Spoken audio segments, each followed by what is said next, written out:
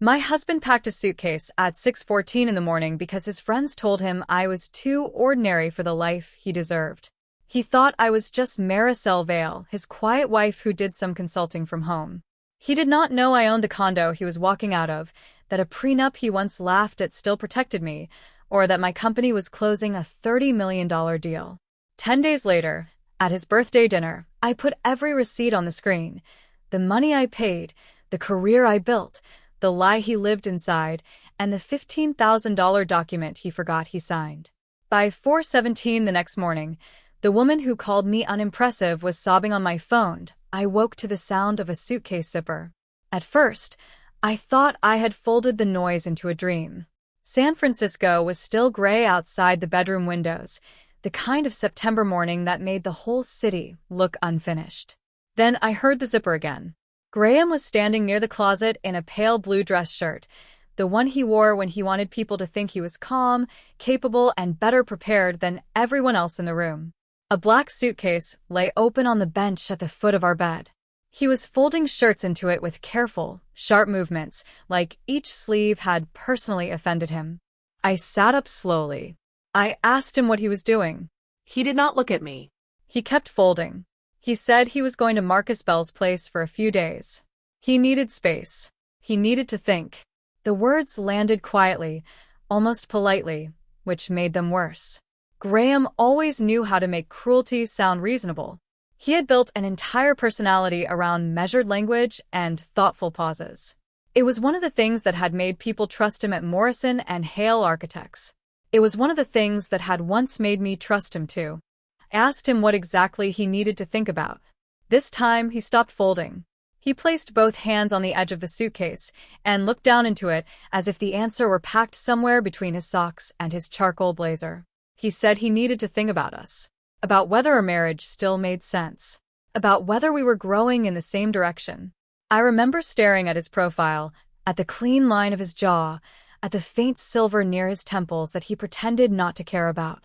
Graham Whitaker was 44, handsome in the curated way of men who believed presentation was a form of achievement.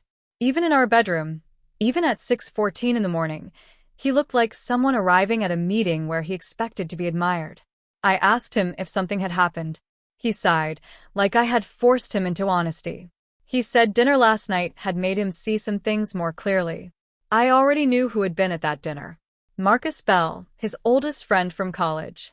Devin Price, who laughed at whatever Marcus laughed at. Harper Sloan, Graham's colleague from Morrison and Hale. And Sienna Calder, the kind of woman who turned every room into an audition and every conversation into a ranking system. Graham said Sienna had not meant it in a bad way. She had simply pointed out that I was sweet, stable, easy to be around, but not impressive. Not really. Not in the way someone in Graham's position might need.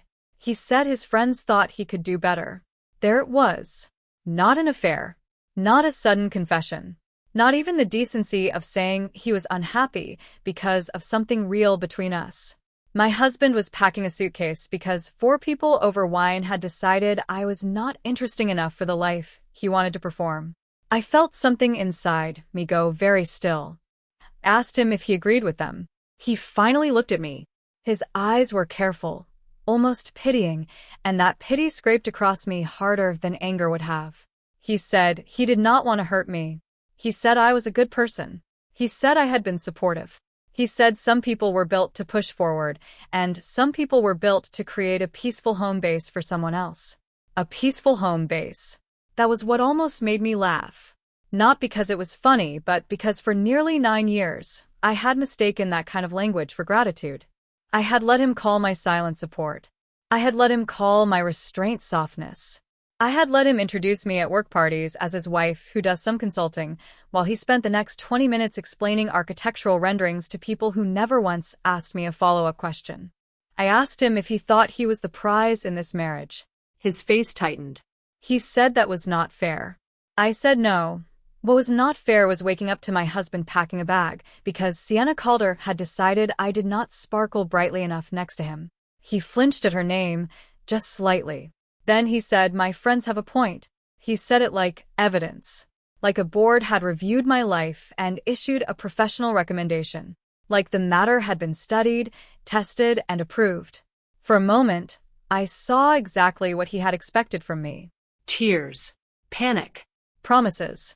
Maybe an apology for not being more ambitious, more glamorous, more useful to the version of himself he liked showing other people. Instead, I pushed the covers aside and stood. I said, if you think you can find better, then go find better. The room went quiet.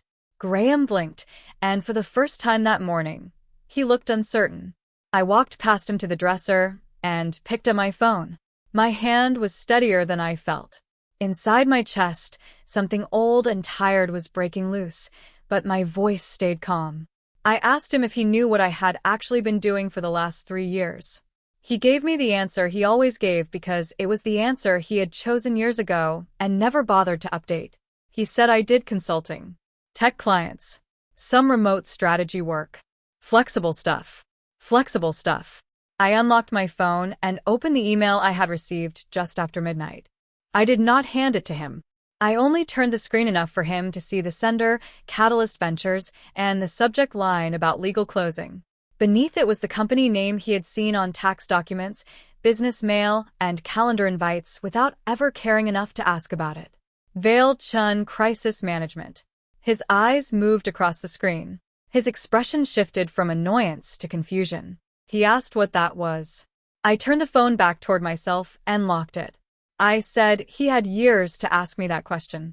He never had. Graham stared at me as if I had suddenly started speaking another language. Then his pride came back, stiff and defensive. He said this was not the time for games. I said I agreed. That was why he should take his suitcase to Marcus's place and think very carefully about what kind of woman he believed he deserved. He zipped the suitcase halfway, then stopped again. He said he would come back for the rest of his things later.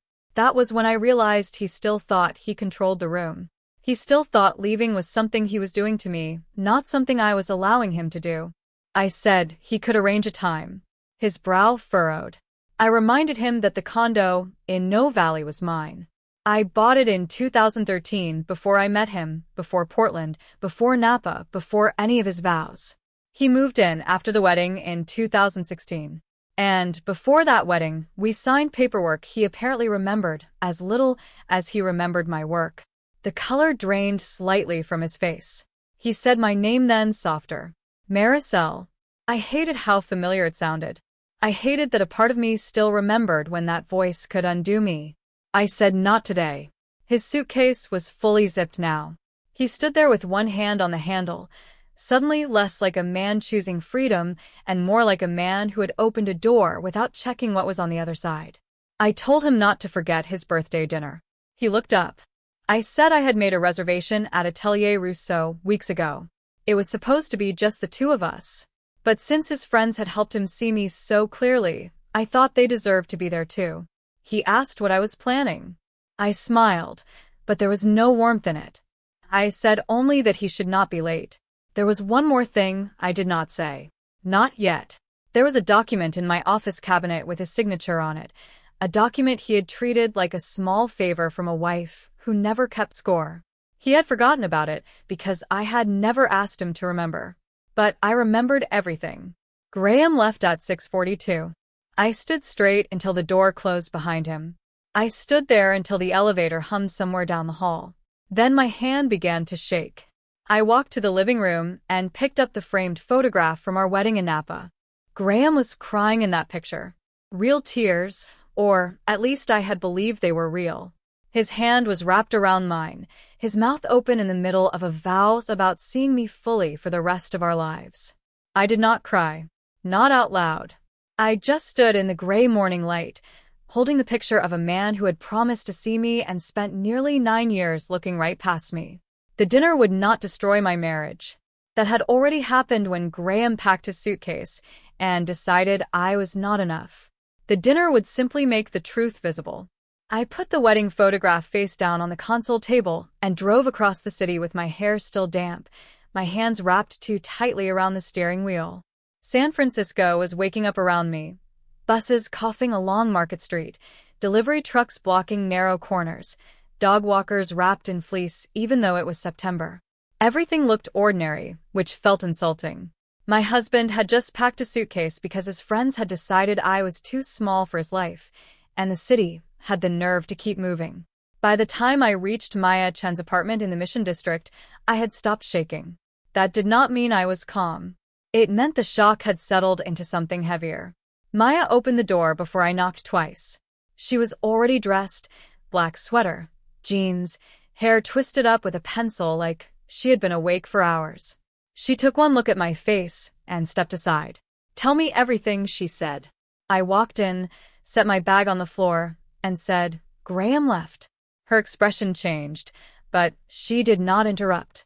I told her about the suitcase, about Marcus's place, about Sienna Calder, and her careful little judgment that I was sweet but not impressive.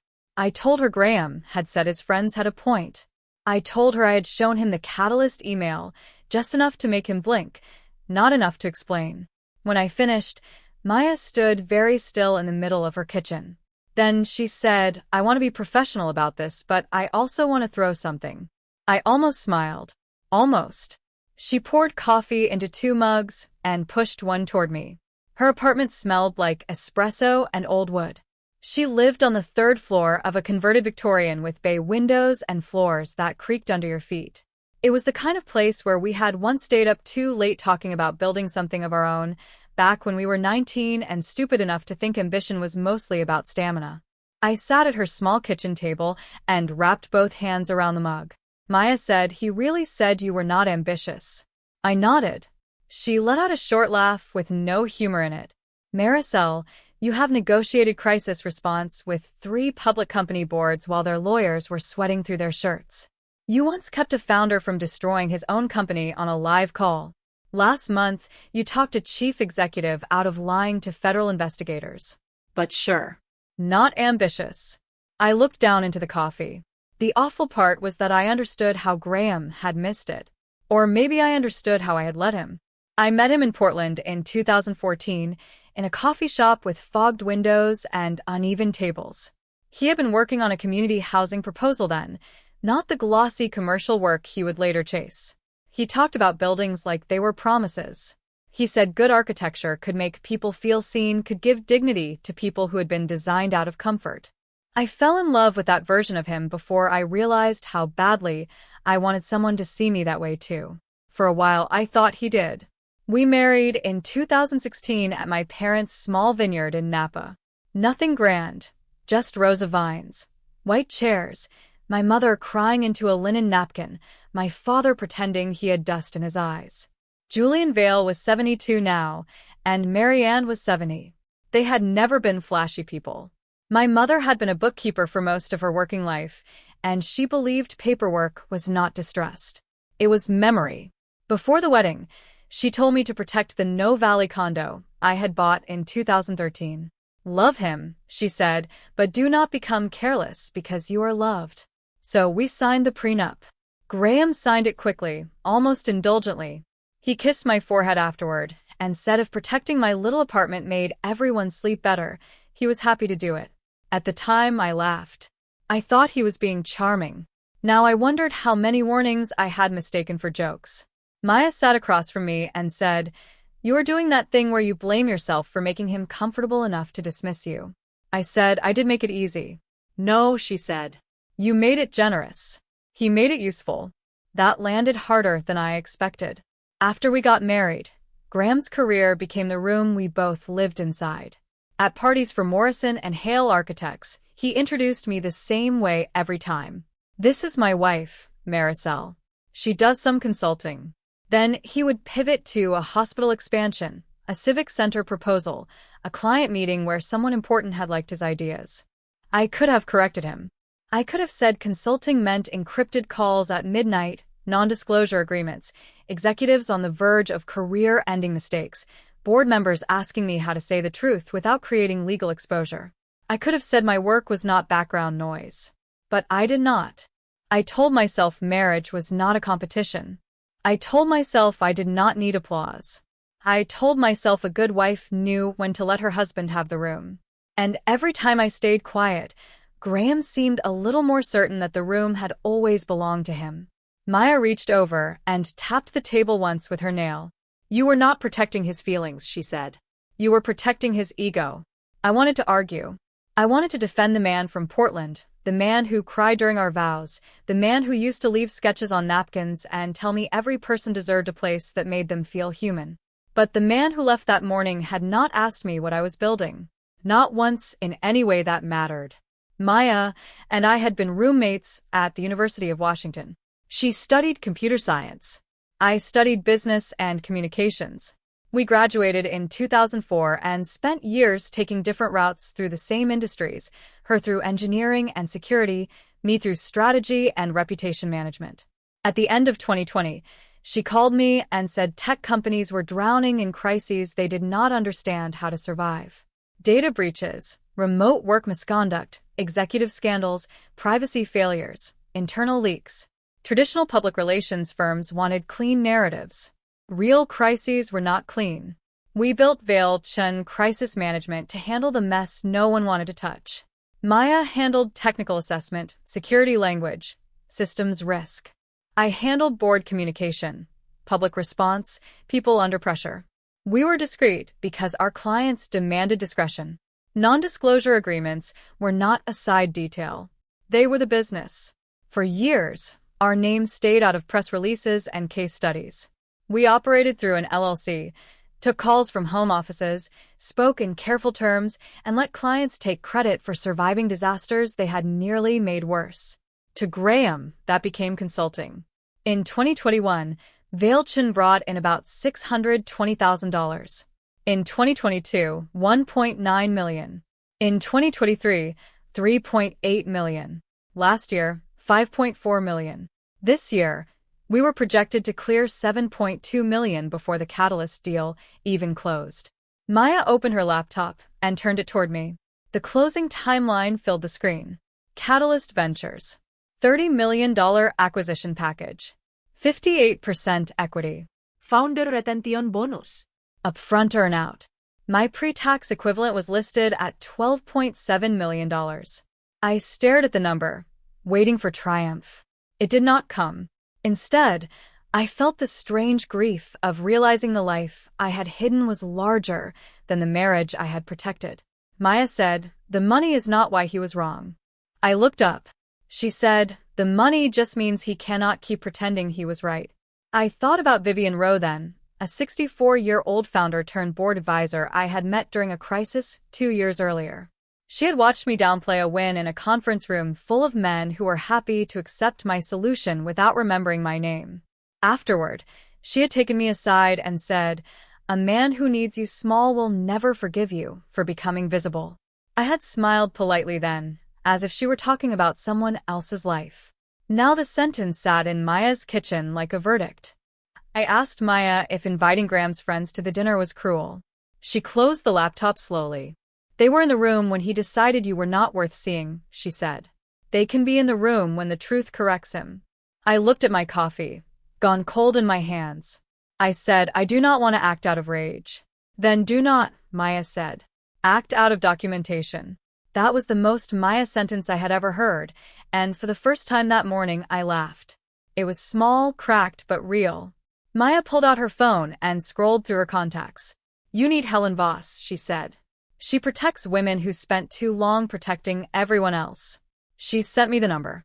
I sat there for another moment, listening to the mission traffic below the windows, feeling the shape of the next step settle into place. I was not just preparing a dinner. I was preparing to take back the story of my own life. 10 days before Graham's birthday, I called Atelier Rousseau and changed the reservation. The original table had been for two. A quiet corner, tasting menu, wine pairing, the kind of evening Graham had always said we would have when he finally felt like he had made it. I had booked it months earlier because I still believed there were pieces of us worth celebrating. Now I asked for the private dining room. The woman who answered introduced herself as Colette Marchand. Her voice was smooth, French around the edges, professional enough not to sound curious even when I gave her every reason to be. "I need seating for 10. "Of course, Ms. Vale. Will this still be for Mr. Whitaker's birthday?" "Yes." "And will you require anything special for the room?" "A screen. A laptop connection. Nothing dramatic. Just clean and reliable." There was a pause, brief enough that another person might have missed it. Naturally. We can arrange that. I also need discretion. Atelier Rousseau is built on discretion, Ms. Vale.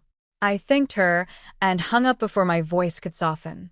The dinner had become real the moment I changed that reservation. Not because I wanted an audience for pain. Because Graham had already invited an audience into our marriage. I was only making sure they heard the part he left out. 2 days later, I walked into Helen Voss's office in the financial district, carrying a leather folder heavy enough to make my shoulder ache. Helen was 62, silver-haired, sharp-eyed, and dressed in a charcoal suit that made every other person in the building look underprepared. Her office had glass walls, a view of the bay, and no soft corners. She spread my documents across her desk without drama. The prenup, the deed to my No Valley condo, the business formation papers for Vale Chun Crisis Management, records showing the seed money came from my separate account, money I had saved before the marriage, the Catalyst Ventures closing documents, the invoices I had never thought of as evidence. Helen looked up after 20 minutes. California is a community property state. You know that? I know enough to know it is complicated. Good. Complicated is the honest answer. She tapped the business documents with one manicured finger. Because Vale Chin was formed during the marriage, Graham can try to claim a community interest. That does not mean he wins. It means he may try. My stomach tightened. But the prenup helps? The prenup helps. The condo deed helps. The funding records help. The fact that he did not invest, operate, advise, or contribute labor to the business helps. What does not help is you acting emotionally in public with unredacted financial records. I am not trying to burn him down. Helen held my gaze. Then do not hand him matches. I almost smiled. She continued sorting. Then she stopped at a document I had almost forgotten I included. The loan agreement. $15,000, signed in 2018, when Graham wanted professional architectural photography equipment for his portfolio. He had promised to repay it after his first major bonus. I had never asked, not because I forgot, but because I had believed we were building one life. Helen lifted the page. This matters. Because of the money? Because of the signature. She turned it toward me. He cannot claim you never supported him financially when his name is at the bottom of the proof. I stared at Graham's signature. Confident. Rushed. Careless. At the time, I remembered him kissing my cheek and saying he would pay me back as soon as things settled. Things never settled. They only became convenient for him. Helen told me anything I showed at dinner needed to be redacted. No account numbers. No private client names. No confidential details. Nothing that violated a non-disclosure agreement. Truth was powerful, she said, but uncontrolled truth could become a liability. I left her office with a shorter list than I arrived with, and somehow it felt heavier. That evening, Evelyn Whitaker called. Graham's mother had always spoken to me like a woman evaluating a house she did not intend to buy. Polite, distant, certain she could spot flaws under fresh paint. Mariselle, I know Graham is staying with Marcus. I know that too. He is under tremendous pressure. Men with ambitions sometimes need room to breathe. I gave him room. I mean emotional room. A wife has to understand when a man is carrying the weight of becoming something. I looked around my kitchen, at the marble counter I had paid for, at the invoices stacked beside my laptop, at the condo her son had lived in for nearly 9 years. What exactly do you think Graham is becoming? She ignored the question. I hope you will handle this privately. Public embarrassment helps no one. After we hung up, a text came from Claire, Graham's older sister. Claire sold real estate in Marin and posted smiling family photos with captions about gratitude. You don't need to make this dramatic. Graham has given you a stable life. Maybe working from home gives you too much time to overthink. I read it twice. Then I saved it. Not for court. Not really. Just to remember how easily people called your life stable when they never asked who was holding it up. Graham's messages came in waves over the next few days. You're making this bigger than it has to be. Then later. Can we talk alone, without the performance? Then. Maybe we should cancel the dinner. And finally, are you trying to punish me? I answered only once. Dinner is still on. He replied almost immediately. Why do my friends need to be there? I wrote back. They helped you decide. I wasn't remarkable. They can be there when you understand what you missed. After that, I silenced him. Maya and I met Jordan McNulty 3 days before the dinner. Jordan was 45, a crisis communications strategist with the weary posture of a man who had saved too many executives from themselves. He listened, took notes, and frowned only once. The Catalyst press release is already scheduled for 11 p.m. on Graham's birthday. That timing was set for the business embargo, not your marriage. I know. Good. Because if this looks like you used the acquisition to humiliate him, the story shifts away from the company. Maya leaned back. The company is the story. Jordan nodded. Then keep it that way. If anyone asks about Graham, you talk about invisible labor, women founders, leadership, and the cost of staying small. You do not attack him. I do not want to attack him. Jordan looked at me carefully. You may not want to, but after a public reveal, people will ask you to. Do not take the bait. Later that afternoon, a short email came from Nolan Pierce at Catalyst Ventures. Visibility is leverage, he wrote, but it is also exposure. I stared at that sentence longer than I expected.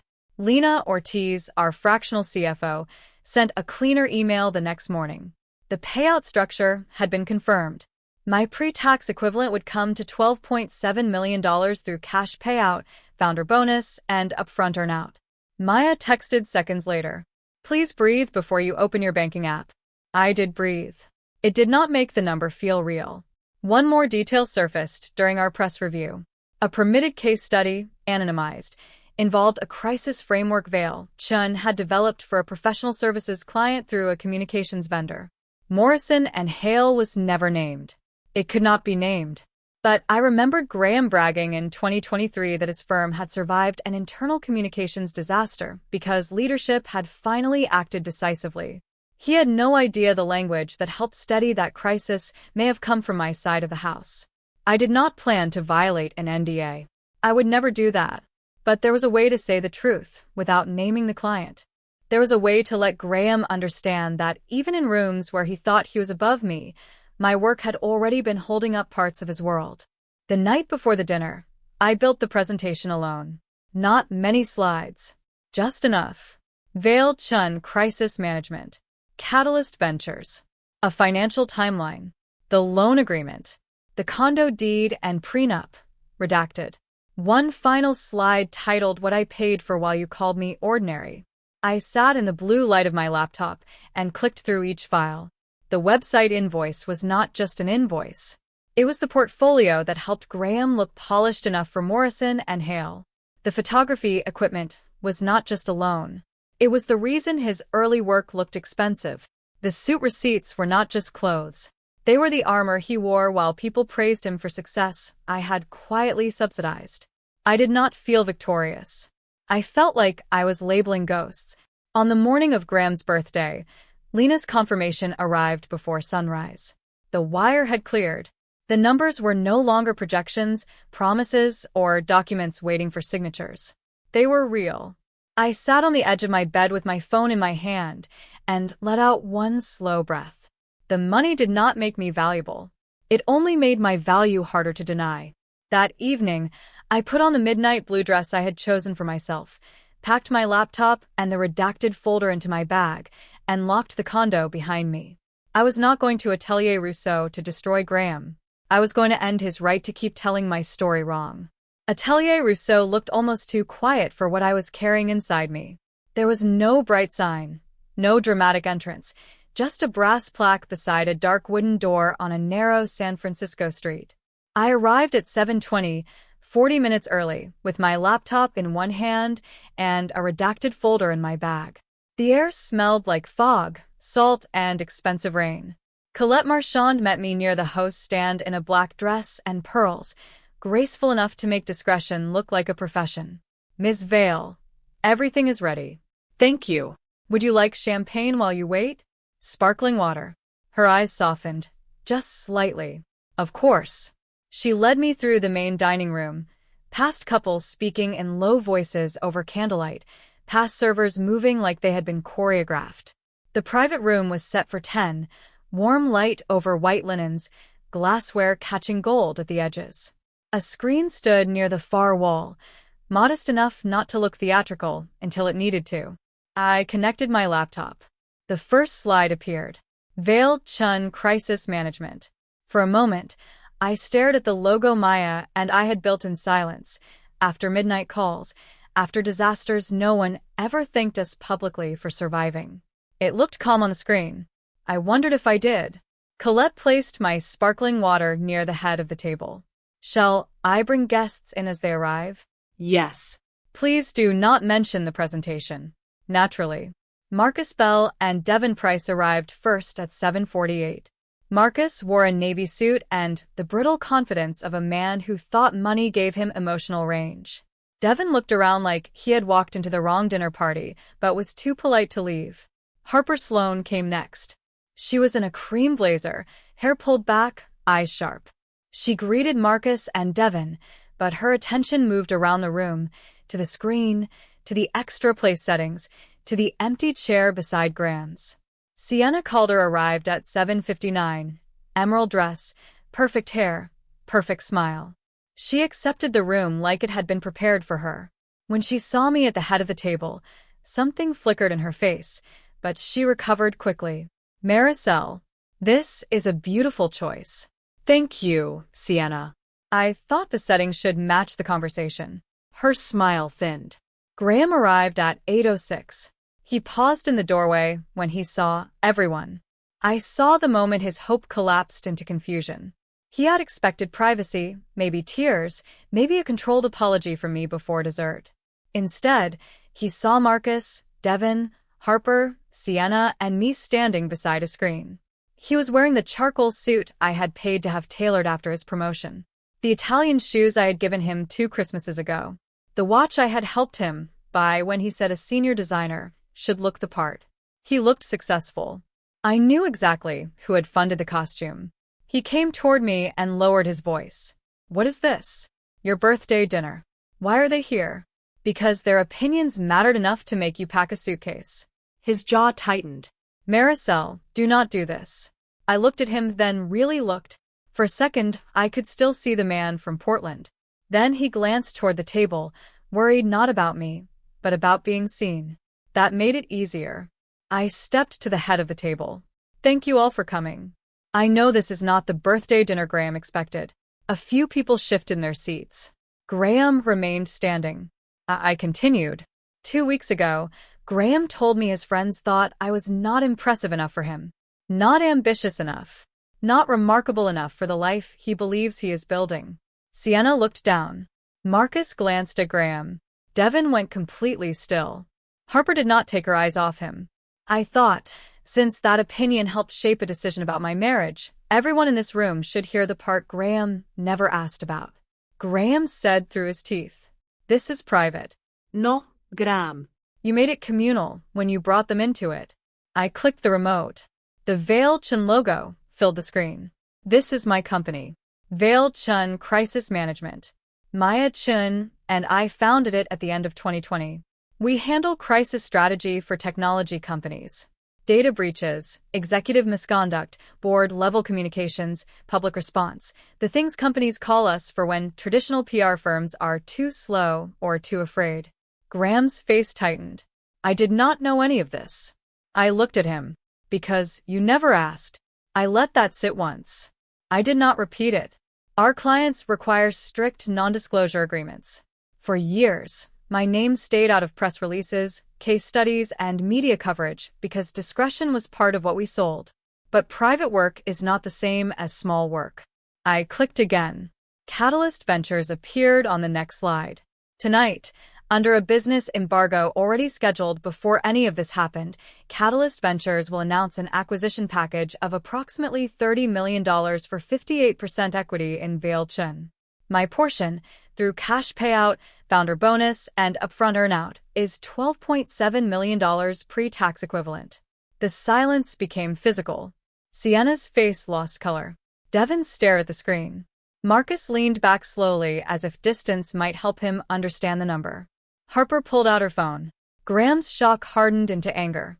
You are trying to humiliate me. No. I am correcting the version of me you sold to this room. He opened his mouth, but I clicked to the next slide.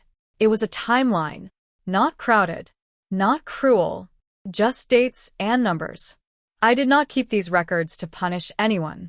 I kept records because my mother was a bookkeeper and because crisis work teaches you that memory becomes negotiable when people are embarrassed. I pointed to the first section.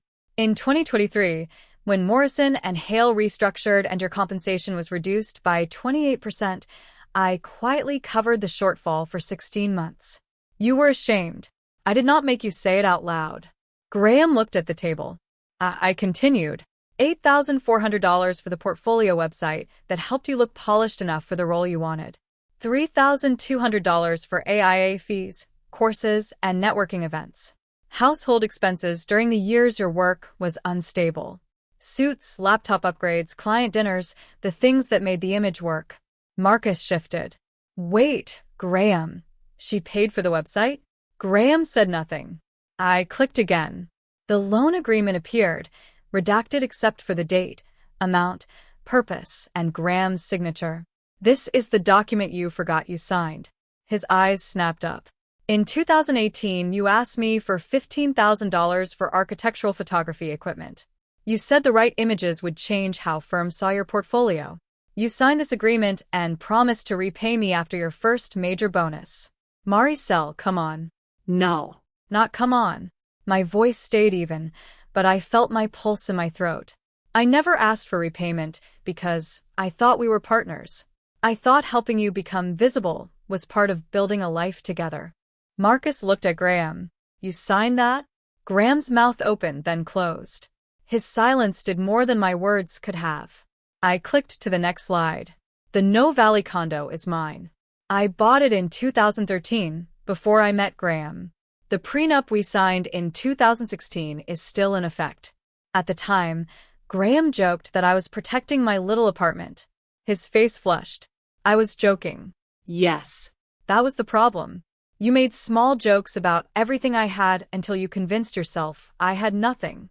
Harper's phone buzzed. She looked down, then back at me. This is real, she said quietly. Everyone turned to her. The embargo note is circulating. Catalyst Ventures. Vale Shane. 30 million package. Graham's shoulders dropped, just slightly, as if some invisible support had been cut away. I clicked to the last business slide. I will be careful here because I do not violate client confidentiality. But a crisis framework Vale Chin developed was used through a vendor in a professional services case connected to the architecture space. Graham once told me Morrison and Hale survived an internal communications crisis because leadership acted decisively. Harper went very still. The 2023 internal communications crisis? I cannot discuss confidential details. I looked at Graham. But I can say this. You have benefited from my work in rooms where you never knew I was present. Harper set her phone face down. Graham. He looked at her like she had betrayed him. You did not just underestimate your wife, she said. You used her. Sienna covered her mouth. Her eyes were wet now. Devin whispered. Jesus.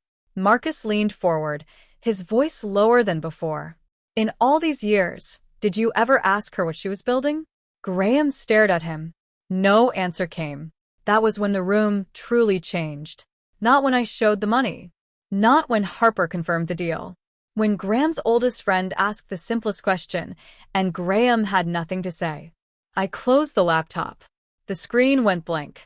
Everything I showed tonight was reviewed and redacted. I did not come here to expose private clients or turn my marriage into a courtroom. I came because I spent years letting Graham tell a story where he was the ambitious one, the generous one, the man carrying the quiet wife. My voice almost broke then, but did not. I paid for parts of that story. I smiled through parts of it. I thought it was love. But love does not require one person to disappear, so the other can look larger. The server had filled glasses while we spoke. I picked mine up, untouched sparkling water catching the light. Happy birthday, Graham. I hope someday you learn the difference between a woman who is unremarkable and a woman you simply never bothered to see. He stood. Mariselle, wait. I looked at him one last time. The dinner is paid for. Not because I owe anyone in this room another moment, but because I am done leaving debts where you can mistake them for love. Then I walked out. Behind me came the scrape of a chair, Graham saying my name, Marcus asking him something sharp, Sienna crying, Harper's voice low and furious. I did not turn around. Outside, the San Francisco air was cold enough to sting. I stood beneath the dark wooden awning of Atelier Rousseau and breathed until my hands stopped shaking. I did not feel triumphant. I felt hollow and light and terribly awake. That night, Graham's favorite lie died in front of the only audience he had ever cared about. I drove home with both hands on the wheel and no music playing. The city moved around me in pieces. Red lights. Wet pavement. A couple laughing outside a bar. A cyclist cutting too close to my bumper. Ordinary life, continuing without asking permission from the wreckage of mine. When I reached the condo, I did not turn on the lights. I closed the door behind me, set my laptop bag on the floor, and leaned back against the wood until my shoulders hurt.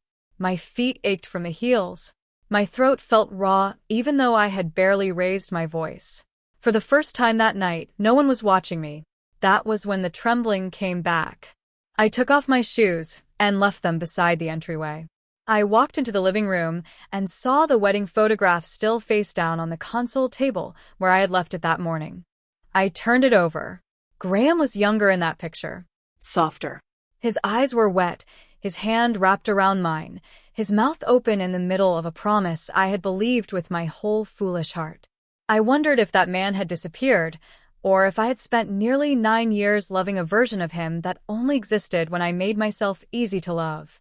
I slept badly, if sleep was what that was. More like drifting in and out of a dark room inside my own head. At 4:17 in the morning, my phone rang. Unknown number. San Francisco area code. I almost let it go to voicemail, then answered. Mariselle? The voice was broken, wet with crying. Who is this? It's Sienna. Please don't hang up. I sat up slowly. Sienna, it is 4 in the morning. I know. I'm sorry. I just needed to say this before I lost the nerve. I said nothing. She inhaled shakily. After you left, Graham tried to explain it away. He said you were exaggerating. He said the company was not what you made it sound like. He said you ambushed him. Of course he did. And then Harper found the press release. It was real. Catalyst Ventures. Vale. Your name. Maya's name. The whole thing. I looked toward the dark windows. The city beyond them was beginning to blur into morning.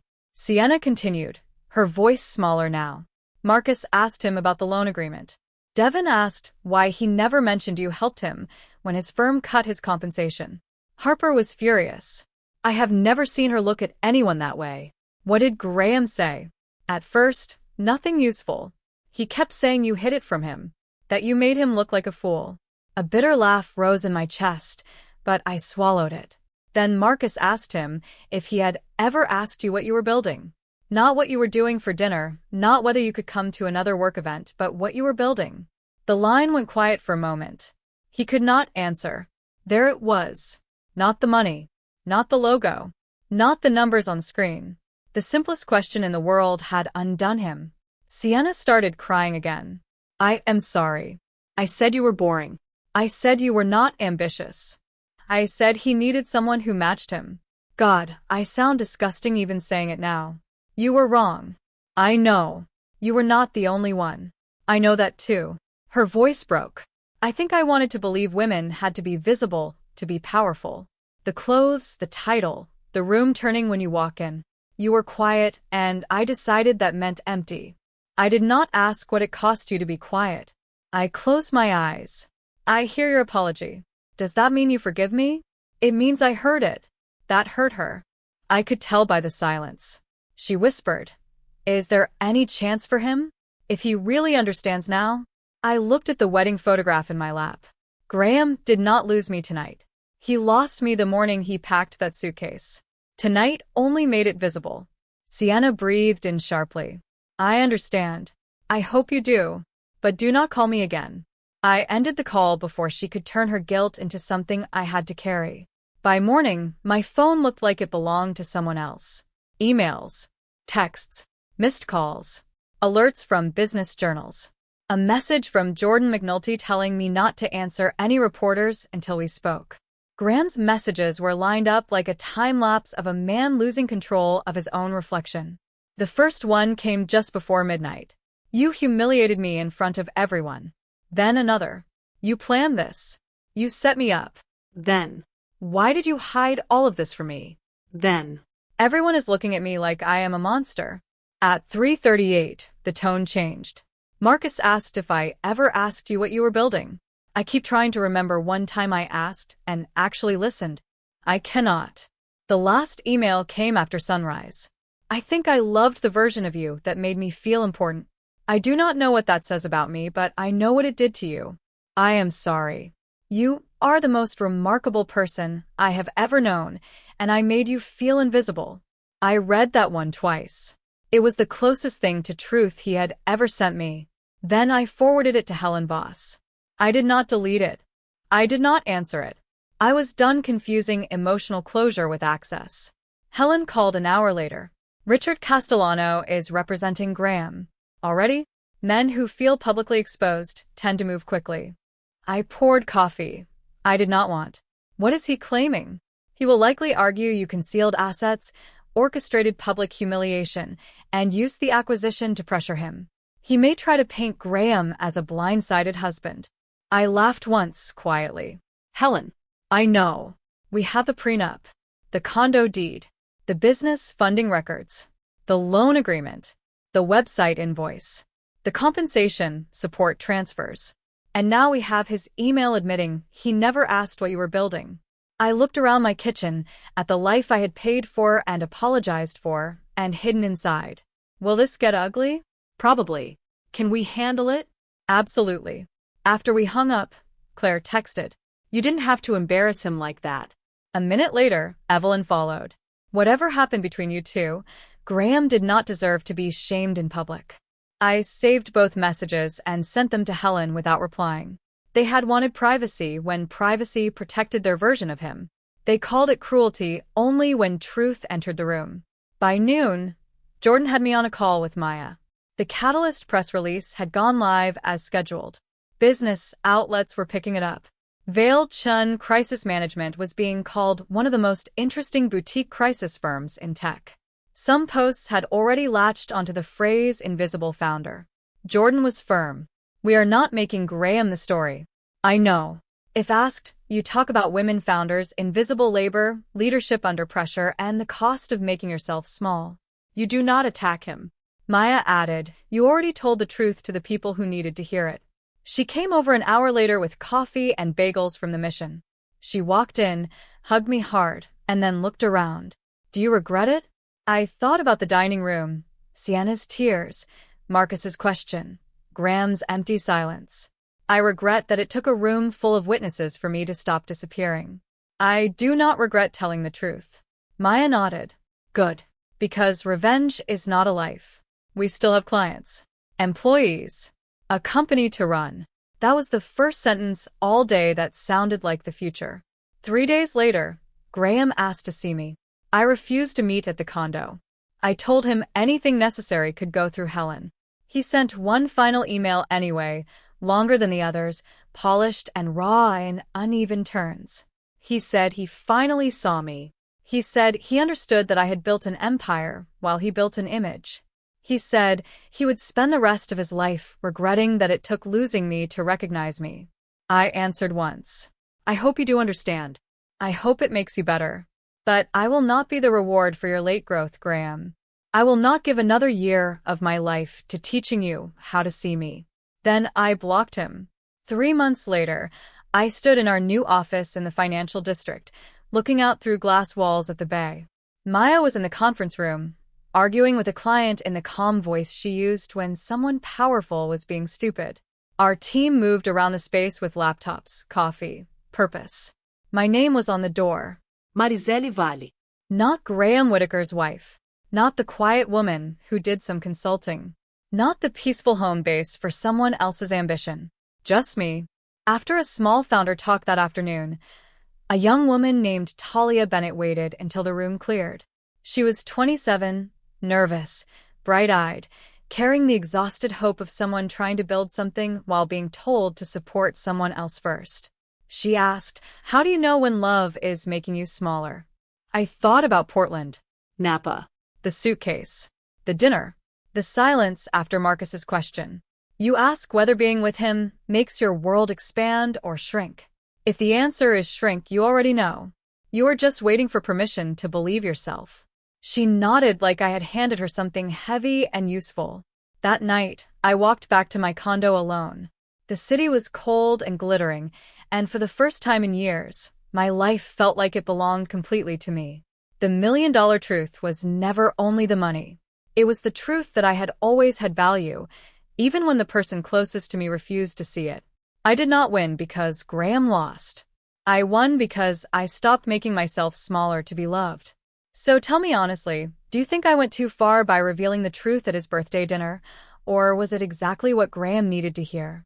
If you were in my place, would you have walked away quietly, or would you have shown everyone the receipts?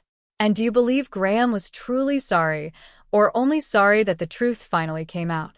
Leave your thoughts below, and stay with this channel for more stories about women who finally stopped shrinking for people who never deserved their silence.